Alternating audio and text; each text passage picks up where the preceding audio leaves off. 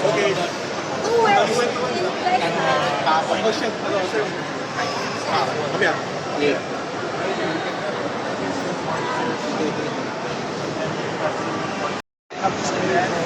Again, it's really part of our culture, embrace and appreciate Lotus Pie.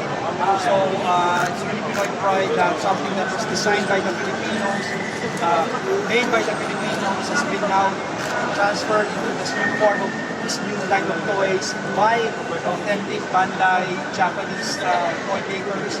So we're really honored and very proud that this happened, and we're looking forward to the new toys that's coming up.